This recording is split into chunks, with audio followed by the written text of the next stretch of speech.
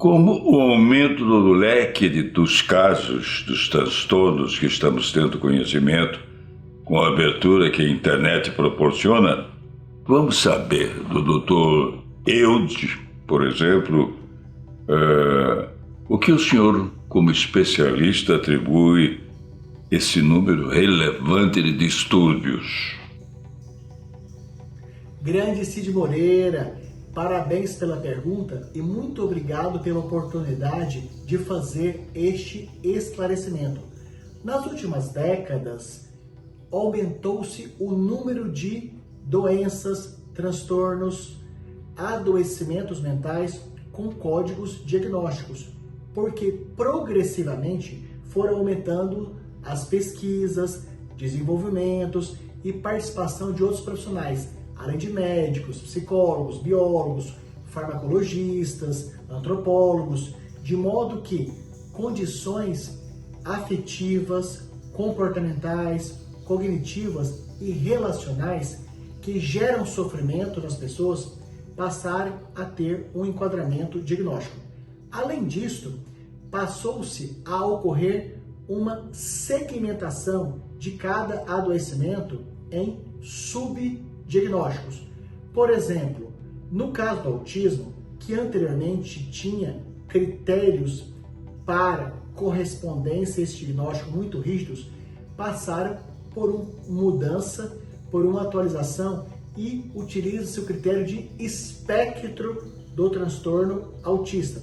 Com isso, uma quantidade muito grande de pessoas que tinham algumas características que não eram consideradas como diagnósticos passaram a ser enquadrados. Portanto, o aumento do número de diagnósticos em saúde e doença mental ocorreu por aprofundamento de pesquisas, participação de outros profissionais além dos médicos, subdivisão dos diagnósticos e especialmente a aplicação do conceito de espectro, ou seja, amplificação de diagnóstico desde situações, queixas, dificuldades mais simples até aquelas mais complexas. E também alguns diagnósticos foram excluídos ao longo do tempo. Existem sinais nas crianças que possam alertar os pais a respeito de seu comportamento fora da caixinha? Cid Moreira, que pergunta capciosa! Vamos considerar como fora da caixinha aquelas condições infantis e da adolescência com mudanças no aprendizado, nos comportamentos, nas expressões dos afetos e nos relacionamentos que correspondam a um diagnóstico médico. Porque no Brasil, pela lei do ato médico, apenas nós podemos fazer diagnósticos. Diferente do que a população geral acha de que crianças e adolescentes não possam ter condições de sofrimento que correspondam a um diagnóstico psiquiátrico, de fato, podem sim. E geralmente tem alguns grupos de adoecimentos. O principal deles está relacionado a alterações do humor, que são os quadros depressivos, que geralmente nos adultos ocorrem com a expressão de tristeza, desânimo, e em crianças as características mais marcantes são irritabilidade, intolerância e especialmente diminuição do desempenho escolar. Outro grupo de sofrimento infanto-juvenil é sobre ansiedade. Cada vez mais nós temos crianças e adolescentes com aquela percepção de dificuldade, sofrimento, limitação e preocupação com acontecimentos futuros de maneira muito intensa, a alterar o sono, o apetite e também o aprendizado. Esses são os transtornos ansiosos. Geralmente, o que mais chama a atenção dos pais para procurar diagnóstico, tratamento e suporte dos psiquiatras da infância e adolescência, ou pediatras, ou pediatras, é quando tem dificuldade, especialmente nos aprendizados. Ou seja, quando uma criança, já nos primeiros anos escolares, apresenta lentidão para adquirir informações, que não está acompanhando a média dos pares para adquirir aprendizagem, isso leva a família a buscar assistência o mais rápido possível. E também, quando a criança vem no desenvolvimento adequado, tendo desempenho mediano ou até superior, e de repente muda, passa a tirar notas ruins ou dificuldades específicas em determinada área de conhecimento, por exemplo, só em matemática ou só em português, também os pais ficam muito mais alertas para recorrerem a um profissional especializado.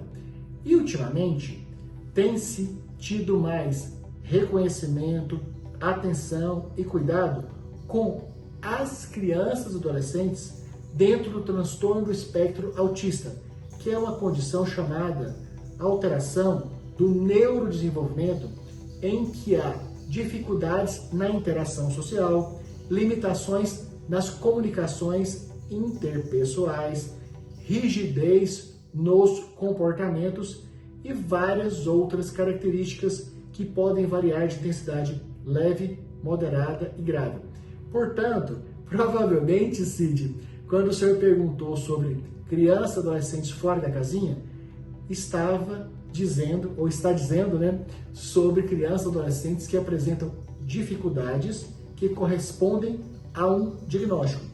E o que nós alertamos é que pais, professores, vizinhos, padrinhos, tios, não tenham preconceito da busca de um profissional especialista, porque quanto mais cedo, mais precocemente, mais rápido tiver o suporte profissional, também muito mais acelerada vai ser a resolução do problema. Como decidiu se tornar psiquiatra? Que pergunta pessoal que eu sinto muito feliz de poder responder, seu Cid.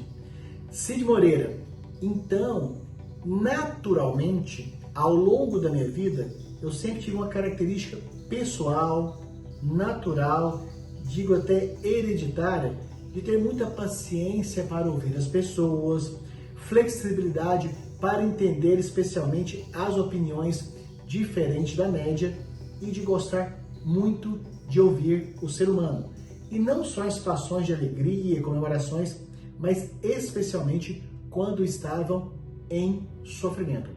A partir disso, na Faculdade de Medicina, lá na Universidade Federal de Goiás, quando eu fui passando nos estágios de especialidades cirúrgica, clínica, ginecológica, pediátrica, e quando chegou o momento de passar pelas disciplinas de psiquiatria, eu que já tinha uma perspectiva, um desejo, uma curiosidade e até uma dúvida se eu iria ou não ser psiquiatra, eu tive essa certeza, porque de fato as minhas habilidades pessoais, naturais, elas que eu poderia até de uma certa maneira chamar de talento, se encaixaram perfeitamente para o atendimento das pessoas em sofrimento emocional.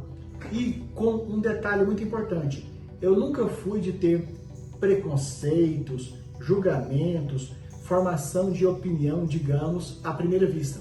Então, isso tudo me permitiu ser bastante acolhedor, compreensivo, colaborativo com as pessoas em sofrimento por qualquer motivo, emocional, comportamental, relacional, de aprendizado, e que isto, especialmente para dependentes químicos, que trata-se de uma população com alta complexidade nos tratamentos, eu aprendi que era um tipo de abordagem que precisava necessariamente, além do trabalho médico-psiquiátrico, também de uma equipe multiprofissional, com psicólogos, enfermeiros, assistentes sociais, terapeutas ocupacionais, educadores físicos, nutricionistas, conselheiros e vários outros profissionais. E quando eu tive a oportunidade de participar de uma equipe com todos esses componentes e que as discussões eram enriquecedoras, somatórias, para que pudéssemos juntos chegarmos às melhores propostas de tratamento, intervenção, prevenção, eu também percebi a minha alta habilidade, sem falsa modéstia, de trabalhar em equipe. Portanto, nesse conjunto de características pessoais relacionadas às necessidades da população que busca tratamento psiquiátrico, quer seja medicamentoso, como psicoterapêutico e multiprofissional, eu acabei me achando, identificando e satisfazendo.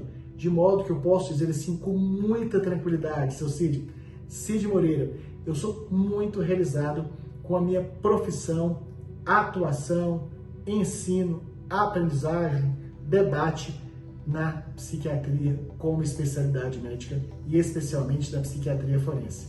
Muito obrigado pela oportunidade de falar de uma coisa tão pessoal e que me alegra tanto. A ansiedade é um dos maiores desafios da humanidade? Cid Moreira, cada pergunta mais inteligente, desafiadora e até inédita. Cid, saber que várias perguntas eu respondo, ou eu debato, ou eu ensino, e aprendo também, leio, pesquiso, muito repetitivas de algumas temáticas. E essa especificamente ninguém nunca tinha me feito. Muito legal. Então, a ansiedade, que é entendida conceitualmente como um consenso em sendo uma dificuldade, um sofrimento, um desconforto antecipatório em relação às situações que ainda vão ocorrer, de fato, ela é crescente no mundo inteiro. Até porque as demandas pessoais, familiares, sociais, políticas, econômicas, progressivamente ao longo do tempo, elas vão ficando mais complexas, mais disputadas, com mais barreiras, mais reguladas, com mais intervenções por leis, conceitos, movimentos, discussões, debates. Então, de fato, a ansiedade é predominantemente, ou os adoecimentos ansiosos, os mais prevalentes do mundo. Cid, e olha que interessante, nós vivemos um país maravilhoso, com recursos hídricos, geográficos, sociais, agricultáveis, sem terremotos, sem vulcões. Nós somos um país de inúmeros privilégios, especialmente das condições naturais e também sociais, que felizmente a população teve uma melhora das condições socioeconômicas muito grande nas últimas décadas. Mesmo assim, Cid, olha que interessante, pesquisas nacionais e internacionais mostram que o Brasil é o país com o maior número de pessoas ansiosas no mundo. Tanto é que, em consequência disso, até temos um problema muito grave, Cid. Nós também somos campeões mundiais no consumo de medicamentos ansiolíticos, muitas vezes substituindo as intervenções das psicoterapias, que seriam altamente eficientes. Então, de fato, a ansiedade enquanto sintoma ou os transtornos ansiosos, eles são muito prevalentes e pertencem ao grupo de transtornos mentais com o maior número de pessoas em sofrimento. Cid, uma coisa muito curiosa, tem pessoas que entendem que a ansiedade é só um sintoma e não levaria a um diagnóstico, ou seja, a uma doença. E não, a ansiedade leva a adoecimento, sim. Por exemplo, nós temos o transtorno de ansiedade generalizada, que é um conjunto de sintomas, dificuldades, alterações, desconfortos, em que a pessoa está, digamos assim, o tempo inteiro à flor da pele, como se tivesse com a sensação que algo de ruim fosse acontecer a qualquer momento. E isto, infelizmente, está numa quantidade enorme de pessoas, mas felizmente tem tratamento e tem resolução.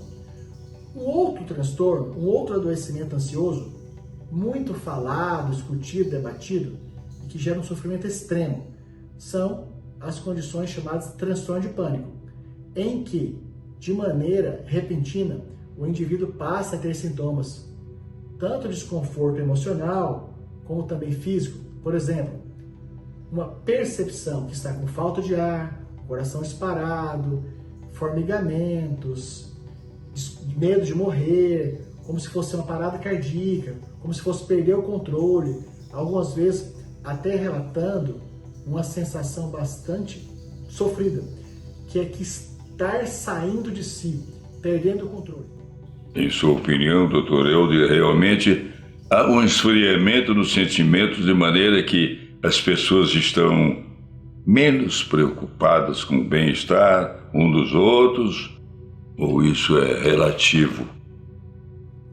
Cid Moreira, esta é uma pergunta que, quando eu recebi a pauta, eu, inclusive, parei um pouco para poder tanto estudar, como também para refletir e elaborar como que eu iria respondê-la. Cid Moreira, esta é uma queixa muito comum no consultório de psiquiatria, de psicoterapia, em quais termos? Que os familiares estão cada vez menos disponíveis, os amigos estão tendo menos tempo, no trabalho tem uma quantidade de interações reduzida e que socialmente cada vez menos há associações, comunidades que possam conviver presencialmente. Então, eu consideraria, no final das contas, com a pergunta mandada em pauta, estudada, até debati com alguns colegas e concluída é que isto é relativo. Por quê? Porque ao longo do tempo as pessoas foram tendo, além da possibilidade de convívio, várias outras oportunidades de uso do tempo, como por exemplo, sobre a disponibilidade infinita de informações na internet, mas os trabalhos cada vez mais exigentes, solicitando formações contínuas para se manter no mercado de trabalho e, geralmente, as relações que eram muito mais pessoalizadas, com contato físico, pelo abraço, pelo beijo, pela convivência no mesmo ambiente, foram se diluindo e distanciando fisicamente para os meios digitais, ainda que temporalmente constituídos. Portanto, eu considero que a resposta sobre isso é relativa. O senhor é nutrólogo também, né? Essa escolha de especialização se deve ao aumento de transtornos nessa área ou a vivências pessoais e na família? Muito legal. Cid Moreira, eu fico muito feliz por esse tipo de entrevista também. Quantos aninhos de experiência, hein, Cid Moreira? Quantas décadas, né? Inclusive o senhor está indo para um século, né? Para o orgulho de todos nós. Então, Cid Moreira, quando o senhor faz essas perguntas e conseguiu elementos pessoais, profissionais, sociais, eu acho assim, de uma capacidade de pergunta realmente altamente diferenciada. Eu, como nutrólogo, é uma especialidade que eu tive no segundo momento da carreira profissional como médico. Por quê? Eu, atuando na psiquiatria, passei coincidentemente, no começo, nos primeiros anos da carreira profissional, a atender uma quantidade muito grande de pacientes com transtornos alimentares. Nisso inclui a anorexia nervosa, que é aquela condição muito grave, com pacientes muito sofridos, em que, dos vários sintomas, um deles é a pessoa se ver, se achar, se interpretar como extremamente gorda, sendo que na verdade está muito magra. Ou seja, que um dos sintomas essenciais é a distorção doentia da autopercepção. E com isso, aquela pessoa que já está magra, desnutrida, vai fazer ainda mais dieta. E a partir dali mais emagrecer e mais se achar gorda, num ciclo muito grave a ser tratado. Como também, coincidentemente, foram chegando vários pacientes com bulimia nervosa, que é outro adoecimento mental do comportamento alimentar, em que bulimia teria uma tradução, um significado mais ou menos adaptado como uma fome capaz de devorar um boi. Então, a bulimia nervosa tem como sintomas principais psiquiátricos, primeiro, as compulsões alimentares, ou seja, ingestões de grandes quantidades de alimentos, conseguindo sensação de culpa e, a partir dali, provocando vômitos, jejuns prolongados, atividades físicas exageradas, e também tem essa alteração da autoimagem. E uma outra condição clínica, psiquiátrica, também muito sofrida, que progressivamente foi aparecendo no início da minha carreira, é do transtorno da compulsão alimentar. Cid Moreira, tem uma parcela de pessoas com sobrepeso e obesidade que, mesmo sendo julgadas, criticadas, vítimas de chacota, de preconceito, de brincadeiras de mau gosto, que uma das explicações médicas da dificuldade do emagrecimento é a compulsão alimentar, ou seja, de maneira descontrolada, sem ter condições voluntárias de se conter, ingere enormes volumes de alimentos e geralmente com comportamento sedentário acabam acumulando peso. Então, Cid Moreira, como eu, enquanto psiquiatra, estava tratando esses pacientes com anorexia nervosa, bulimia nervosa e transtorno da compulsão alimentar, percebi que tinha uma lacuna nos meus conhecimentos médicos de como contribuir com essas pessoas para que tivessem também, além da saúde psíquica, a saúde nutrológica, porque são indissociáveis. Classificar as pessoas de acordo com seu comportamento não pode limitar seu potencial? Cid, olha que pergunta bastante intrigante esta.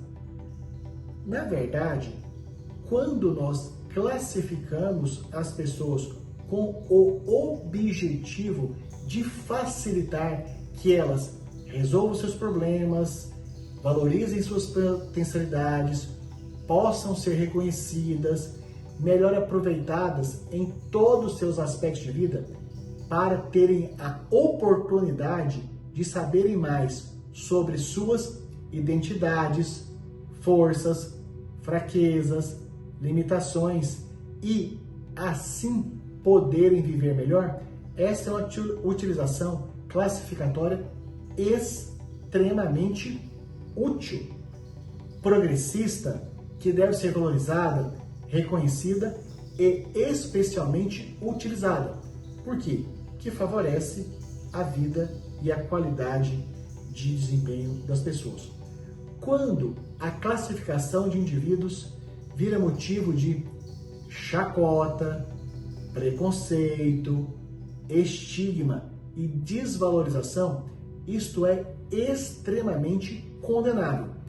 Portanto, Cid Moreira, a conclusão que eu tenho sobre uma boa resposta para essa pergunta é que vai muito da utilização que está sendo feito do sistema classificatório. Se é para levar benefício para o indivíduo, seus familiares, a performance do trabalho, as relações, ou seja, que facilite o progresso pessoal, familiar, religioso, social, relacional da pessoa, está extremamente positivo na utilização. Mas, se for servir para desvalorizar o ser humano, é totalmente condenável. Ou seja, mais uma vez, está em nós, seres humanos, a boa ou má utilização de um recurso, como, por exemplo, a classificação de pessoas em categorias.